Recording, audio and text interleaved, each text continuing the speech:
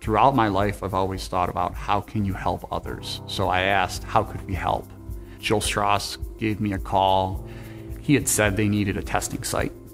So we organized with the National Guard and started doing testing on campus.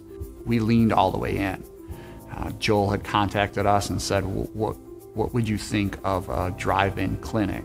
He immediately was leaning in to hear a no, and I said yes. And then we had the large vaccine clinic, which had over 4,500 people within that weekend, and that was coordinated with the National Guard. I remember sitting with my son, and we were at the vaccine clinic. There were soldiers all over, and I looked at him and I said, there are soldiers here saving lives, and there's not one gun. And I thought that was really impactful for him to see that we can make a difference, and it doesn't have to be violence or any piece like that. I think I got involved by not being afraid to say yes, and then just kept taking chances in it. Liminal space has been around for quite some time. And actually, Saginaw Valley State University specializes in liminal space.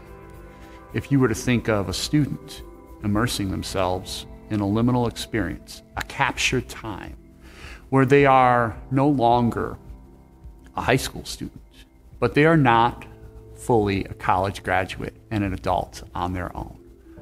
I think of my own journey at Saginaw Valley, where I experimented trying out for the basketball team, and then sang in the choir, and then was a resident assistant and a member of a fraternity. And those were all things that I was able to try and experience with to try to find what fit for me.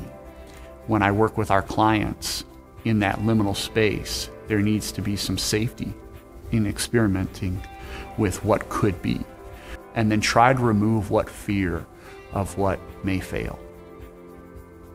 I learned the most when I took a big chance and failed, rather than took a small chance and succeeded.